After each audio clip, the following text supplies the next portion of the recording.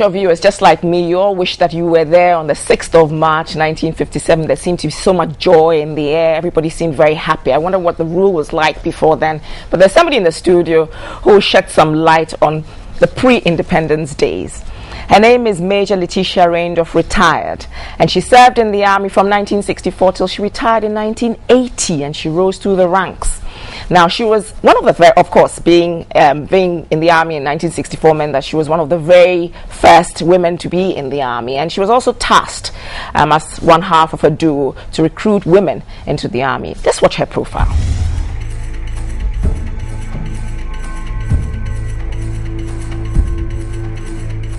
British actress and humanitarian Audrey Hepburn once said, "The beauty of a woman is not in her facial mode, but the true beauty in a woman is reflected in her soul. It's the caring that she lovingly gives, the passion that she shows.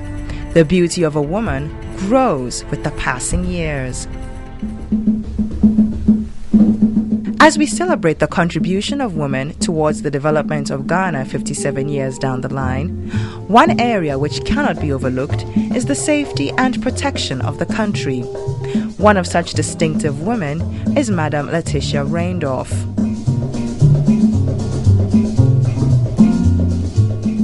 Major Letitia Reindorf, retired, served in the military from 1964 to 1980. She is among the first batch of women to be commissioned in the Ghana Army. Ghana, your beloved country, is free forever. After independence, Osajifo Dr. Kwame Nkrumah decided to form the Women's Army. At the time, there were no women in the army except for nursing officers and other rank officers who worked in the military hospital. She applied to be in the military after a friend drew her attention to an advert in the papers. In 1964, she was commissioned in the army.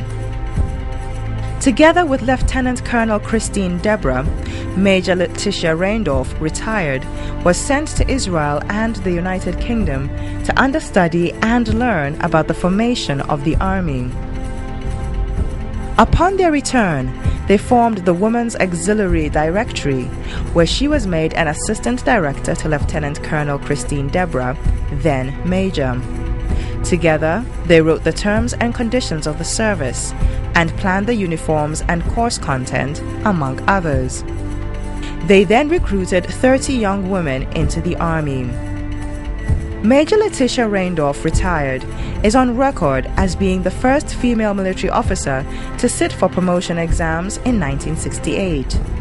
The military at the time didn't know the course to give her for her promotion because they were still figuring out how the female wing would work out.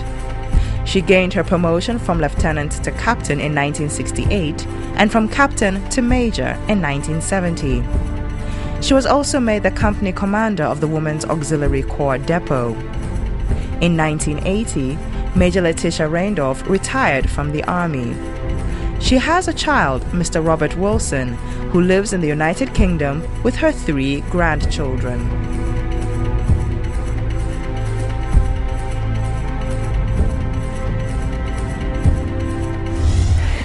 What did that feel like, looking back at your own pictures? It brought lots of memories. Lots of memories. But yes. one of them that I want to ask you is, I mean, I don't know, you were not in the country on the 6th of March 1957. No, I you were in the UK then. No, I wasn't. But I'm sure people could have told you what it felt like.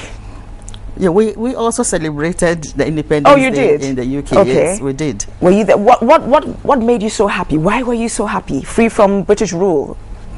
Well, in fact, we didn't know much about what was happening then. But it was a joyous day for all of us. So you just went along partying. Yes, the spirit was in the air, so everybody joined in. Yeah. But today, 21st century, the army is still a very male-dominated discipline. How was it? How did you get recruited into it as way back as 1964? It just happened that I was working as a civilian in the Ministry of Defense. Okay.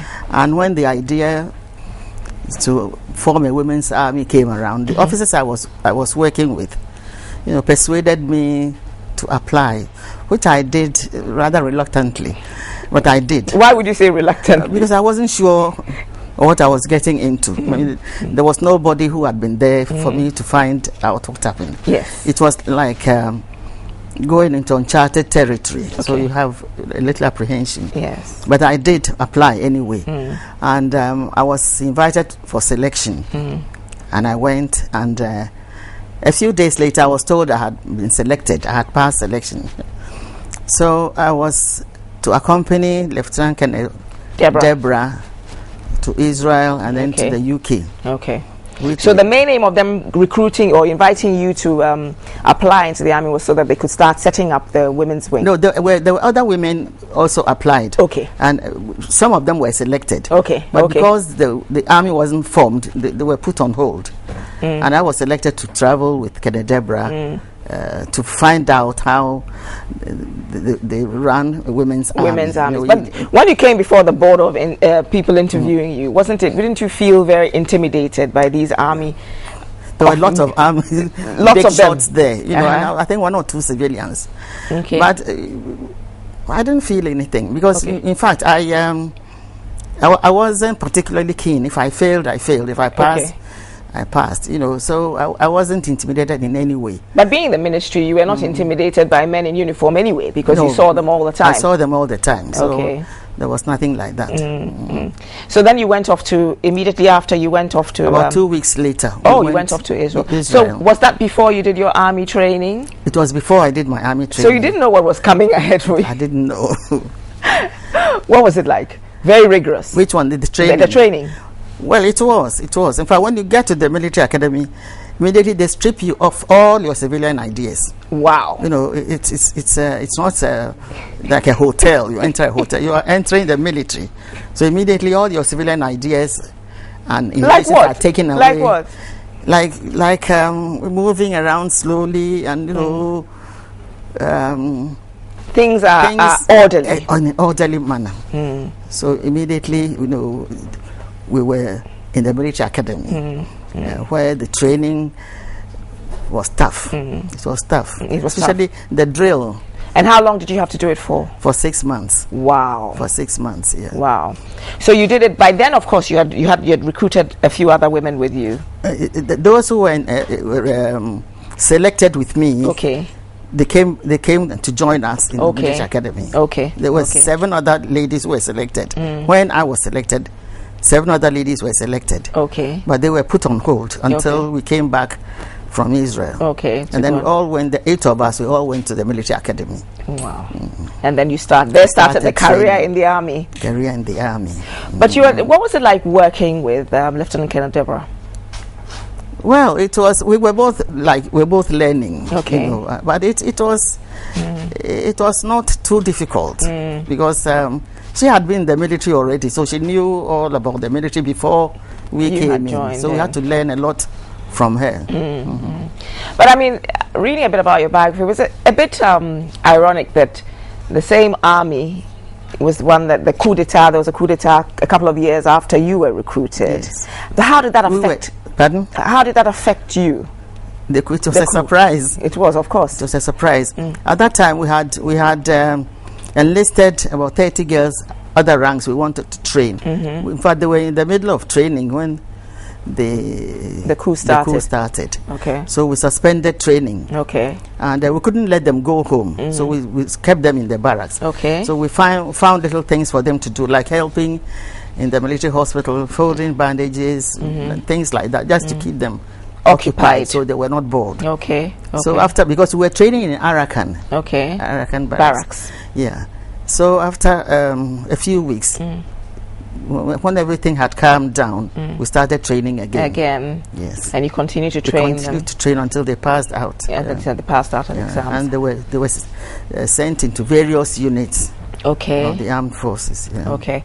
Now, how difficult was it or easy was it to rise up the ranks in the army? From second lieutenant to lieutenant, it's just by time. Okay. In our time, it was a year and a half. Okay. But from lieutenant to captain, you have to sit promotion exams. Okay. And at that time, there were subjects that was for all men and women. Like what kind of subjects? Military law. Okay. Military history. Okay.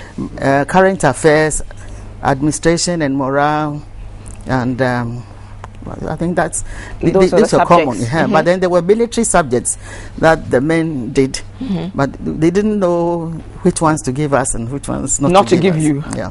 But there was something called Tactics A. It's like organization of the whole of the military. Okay. Like a chart. That one is called Tactics A. We had to do that. Okay. But for the men, it was from captain to major who do the Tactics A. Exactly. So they were not sure what to give me. So I went for the normal papers, but then later on they decided to give me the Tactics A, lieutenant to captain level. So I took the exam. You took it and you passed. Yeah. You passed. Now, obviously, you were in the army. There were men as well. What was it like with your male colleagues? There was we were all working together. We were comrades, and there was no discrimination, nothing. There was never you never thought that they felt that you were a woman, and there were certain things you couldn't do, and then certain things you thought they should be doing because they were men. No, I mean, there are, if you're a woman, you're a woman.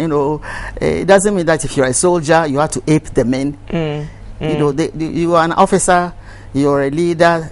Most of the ideas are in your head. So let's just say that the army knew no sex. Once you were in there, you were... Certain things, like when I was in army headquarters, the men were going on a bush exercise, and I had never been on the bush exercise before. So I wanted to go with them. Everything was planned. The last moment, they dropped me. And asked the reason why. They said my logistics will be too much. They have to have a separate tent for me, a separate tent for my shower, and maybe a sentry at my tent. That sort of thing. It was protection. Too much. But we have a message from a colleague of yours who told us, the cameraman, what it was like working with you. So it's a surprise. Watch the screen.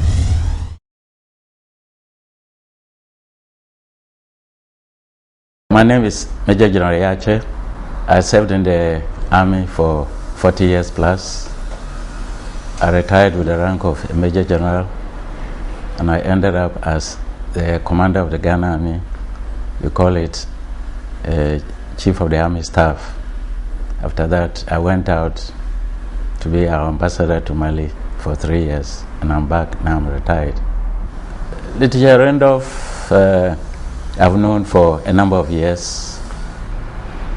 She joined the armed forces before me, and as I said, she was a member of the Women's Auxiliary Corps. Indeed, she was a founding member of the Corps. They started it all together. What I remember very well about her, we happened to attend one course together, and that course, unfortunately, was designed for officers who were ruled for war fighting and command and leadership. So, not surprisingly, she found the course very unfamiliar. But instead of just giving up, she rather geared up herself, and she was never overawed by the demands of the course.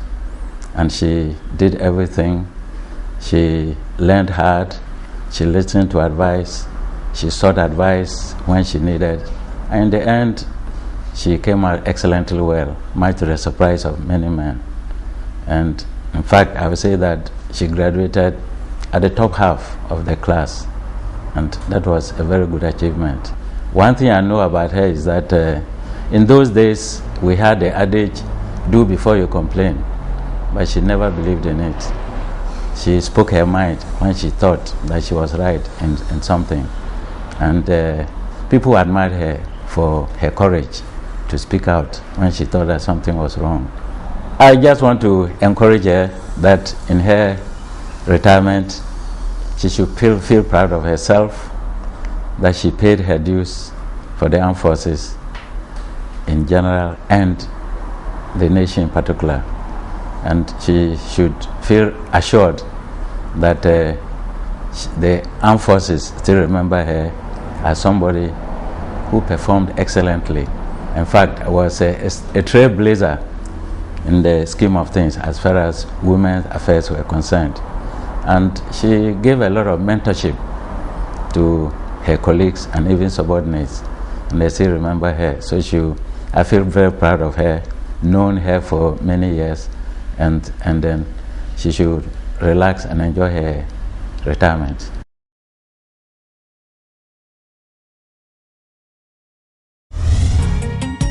So how did that feel hearing it from him? A total surprise. It's a surprise. No, I was in defense college with him. Okay. Yeah. And you didn't expect him to say those things? No. I didn't know he was monitoring me all the time. You didn't realize he was? I realized, yeah. Well, it was nice, very, very nice words. And as he mentioned, your place in history in the armed forces is etched, in stone. Thank you. Yeah. We're going to go for a commercial break, viewers. Please stay with us.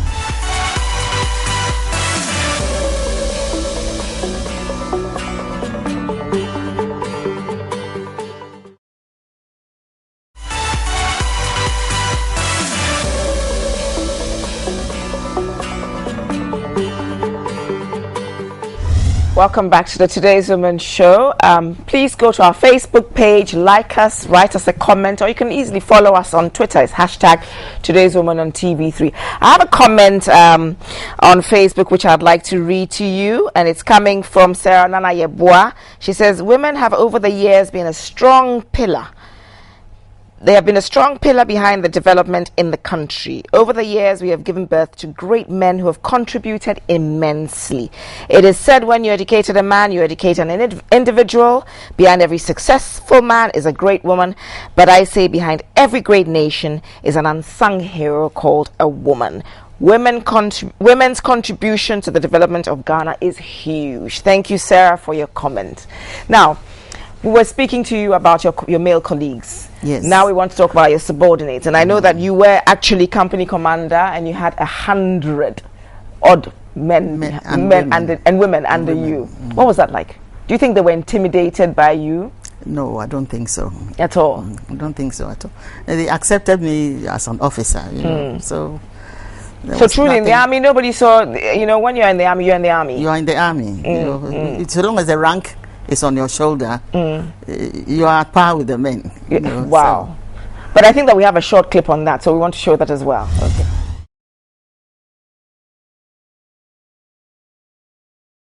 My name is Major York Efriye, retired. I retired from the Ghana Army in '93. My last unit was the Ghana Military Police, and I was the officer commanding the Special Investigation Branch.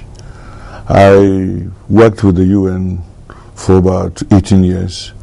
I retired some 3 years ago, and I'm a full pensioner now. I first met Major Reindorf in the 70s. I worked with her for about 1.5 years. At the time, I was a guardsman.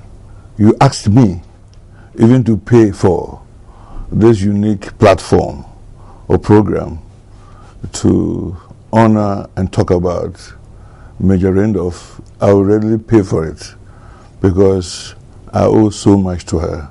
I can remember only 2 instances. One relates to my wife, who was also a guardswoman at the time that I was a guardsman. We were married, but the predecessor of Major Reindorf decided to transfer my wife from Accra, and therefore we were separated. But when Major Reindorf came and she saw that she knew that I was married to my wife, she was displeased and decided to transfer my wife back to Accra. So she rejoined us, and that is something which I will never forget. The other thing for which I'm so grateful to Major Reindorf is that I had resigned from the special branch of the Ghana Police and joined and decided to enter the military academy. Somehow, it didn't work out at that time, and I had to go into the ranks as a guardsman or private soldier. Normally, if once you enter the army, even though you may have all the qualifications, you will need to have the qualification of a sergeant at the time. Now, it was possible for you to be given an unpaid rank, which will enable you to fill your forms so that you can get to the academy. No officer was ready to do that. But when Major Reindorf got to know of my qualifications and my profile, she said, no, this young man should be helped. So she managed to get me an unpaid rank, filled my records, and I managed to enter the academy. I want to say that, but for her, I would not have been able to go to the academy. I would not have been able to be an officer.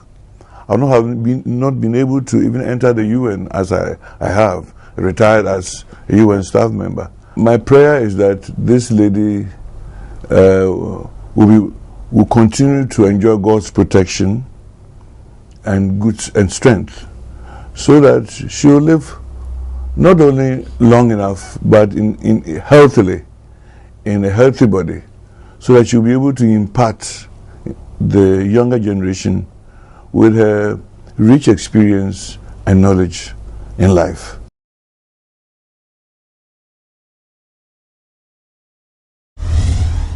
He called me. I had forgotten all about this, but one day I had a call, and he introduced it. He said, "Do I remember a free year York?" So I said, "No, I don't think so."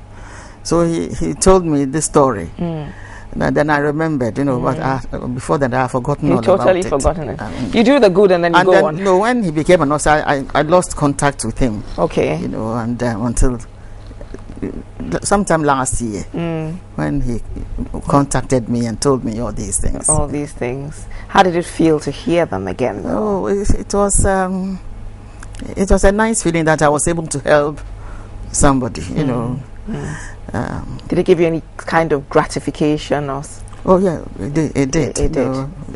No, the little thing that you do for somebody, if it raises his status in life. You are grateful to God that you can help.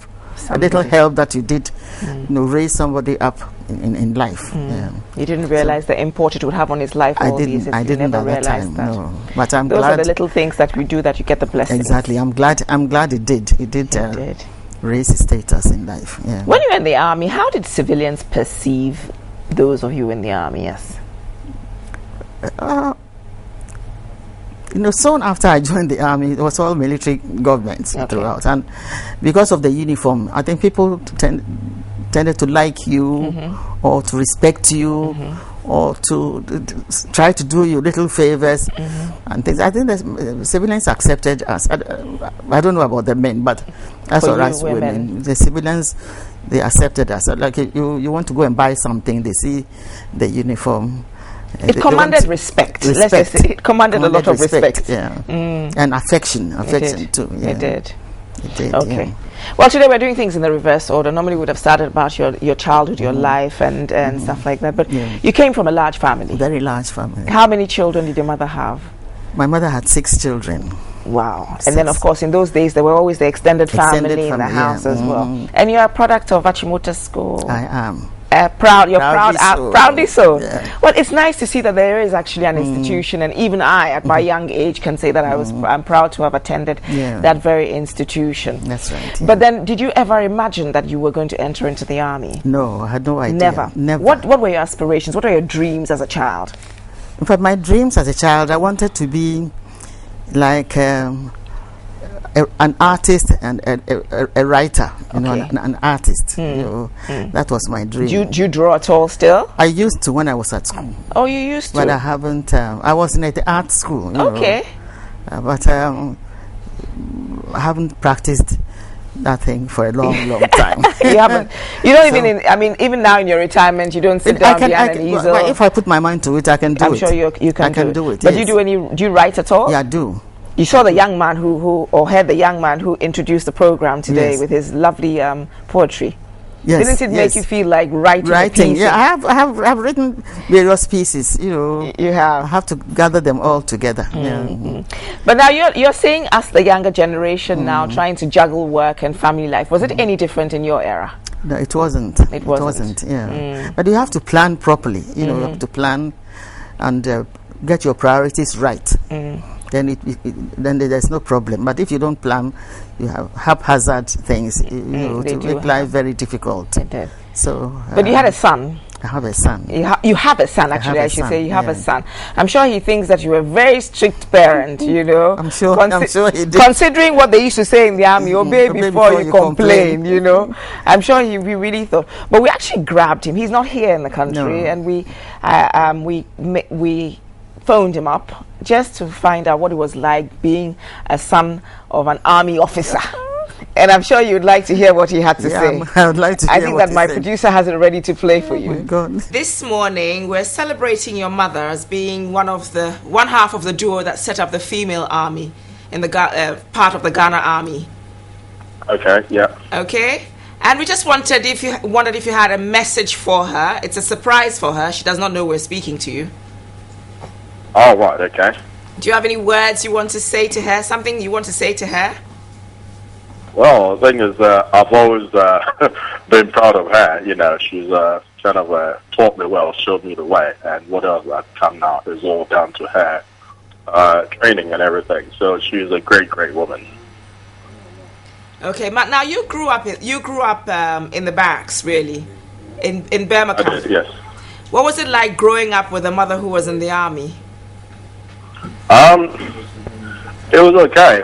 Obviously there was a lot of discipline. You know, we had to go and something called FOT, which is the Fundamental Officer Training. So that's the kind of upbringing we had. You know, where you had to be careful how you spoke. You know, how you even stood, your posture and everything. It was quite. It was regimented, but it was quite relaxed as well at the same time. Regimental and relaxed. And would you say that you've taken that into bringing your own children up? The lessons of your upbringing, you've taken that and you're doing the same with your children? I'm doing the same with my children, yes. But I guess now you're very close to your mom. You're more like friends now. It's no longer that strict upbringing. Oh yeah, I was always very close to her, you know, because there was a time, you know, there was a time to play and a time to be serious. So I was still very close to her. You know, she had certain, she laid down certain foundations for when we were growing up. So we knew our boundaries, you know, there were boundaries set. So we knew our boundaries, but we still were very, very close. Okay. Thank you, Richard. I know you're on a lunch break and you're probably running to grab a sani or something before you get back to work. So we thank you for your time. No problem at all. No problem. I've already had my lunch, actually. Oh, you have? I'm going to call at 1. Yeah, so I had an early lunch, yeah. Okay. Okay, Richard. Thank you so much. Thanks very much for doing the program, anyway. You're welcome. Okay. How did you feel hearing his voice? When was the last time you saw him? Oh, I spoke to him. I spoke to him on last Sunday. Okay. He always calls Sunday evenings. Okay, to find out how you're doing. And he has 3 kids of his own. 3 kids, 2 boys and a girl. 2 boys and a girl. But you know, he had just exactly what you had said to me about what it was like growing, you know, at home is exactly what he said. But he didn't tell me about that FOT or whatever it was called. It's fundamental. No, they teach you this in the academy, so I brought it home. Oh, wow. It's fundamental officer training. So what did it entail? It entails how to behave like a gentleman or a lady. Okay. How to sit at table and eat, how to entertain guests, how to receive guests, how to comport yourself in public, in town, that sort of thing, you know, to make you a gentleman or a lady. Yes. Okay. So I brought that home. So I'm sure he is a gentleman right now. Well, I hope he's grown up to be a fine gentleman that you're proud of. I hope so. Yeah, that you're proud of. No. I am proud of him. You're very proud of him and all his achievements. Yeah. It's very important for a parent to anyway. Yeah. It is. It spurs you on and makes you better each time. Yeah.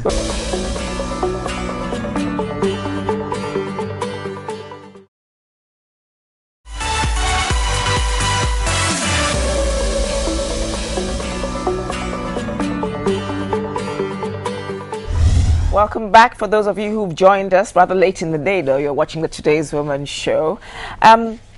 You're on retirement. Obviously, you have lots of hours to fill. What do you do? I do bits and pieces. I try to go to the gym 3 times in a week to keep fit. You're putting some of us to shame. So, you know, how many hours do you spend in the gym? Maybe about 45 minutes. Okay. I can spend as long as I want to. When I get tired, then you stop. I stop. Okay. Yes. And there are boys training. Who help you? Who train me. The gym is run by a doctor. Okay. You know, and he examines you and tells you the things that you can do and the things that you cannot do. Okay. So I'm quite comfortable with that. With that, yes. Okay. So the rest of the time, what do you do?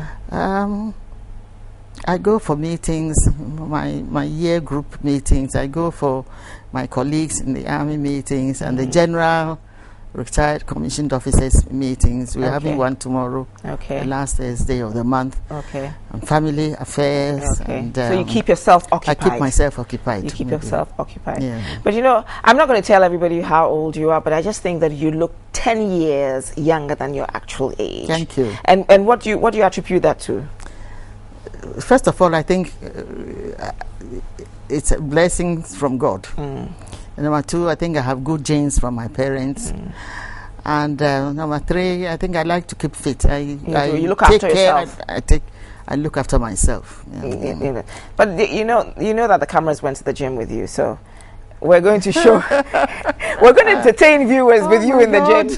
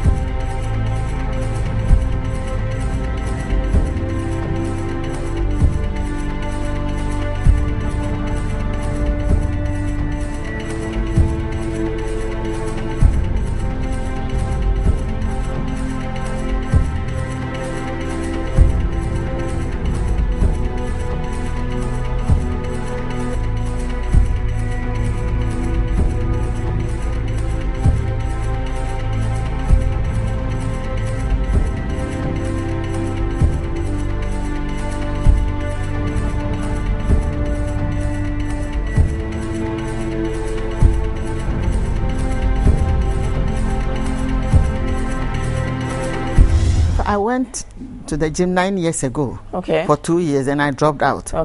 And about a year and a half ago, I started again. Was it difficult to get back into the routine? The first day it was a little difficult. No aches, pains, you know, because your bones when you are doing the thing, there was a machine that I went on for your shoulders. When you are doing it, you feel the pains in your shoulders, but within an hour, it's all gone. There's no pain anymore. Yeah, so you're enjoying it. I enjoy going. May you live many, many, many more years. Not only because of the exercise, but because of all the good things that people have said to you. But before I let you go, you've been fortunate enough, unlike some of us who were born post-independence, you were born pre-independence. So you've seen both eras. Let's put the colonial rule aside.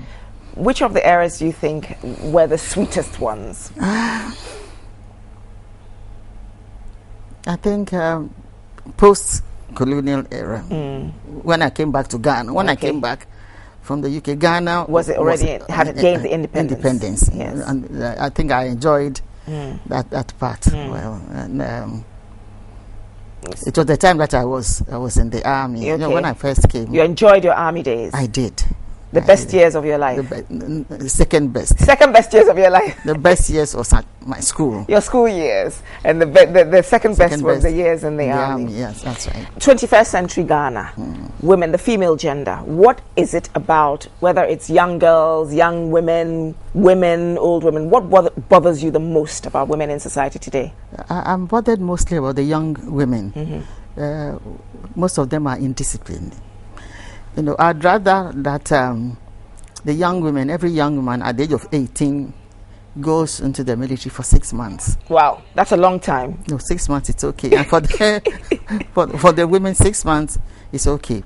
For the middle people and the elderly, I mean the people who are working, I want them to focus on what they are doing. Wherever you find yourself, you must do your best to brighten that little corner where which God has placed you. God has placed you. We are not here just passing. You are placed in places for a particular reason. You might not know it yourself, but the person who put you there knows why he has asked you to be there at a particular time. So wherever you are, you must try and put in your best. Because obviously there are now women who are in all fields of life at the moment. And I encourage them to keep it up, not to let the men intimidate them. To stand your ground. To stand our ground, like you did in your time. But as your colleague, and I wouldn't like to call him a subordinate, but spoke about. They said your place in history in the army is etched in stone. And we want to thank you so much for coming to join us here at the Today's Woman Show. We have a little plaque which we will give to you, and then we hope that you will treasure just as much as all the things that you have, you know, been awarded in the past. Thank you so this very is much. to you. Thank you. Thank you very much. It's lovely. Thank you isn't very it? much. Oh, It's got got my your name. name on it. Oh, I see. It's personalized. Thank you very much. Thank you very much. So we want to thank you for your time here and for sharing your story. And thank you so much for all that you've done for Mother Ghana. I think that we, like you said, we should all try and do whatever we can, do it to the best of our ability, and leave a name if possible at all. Thank you so much for coming Thank you for having me.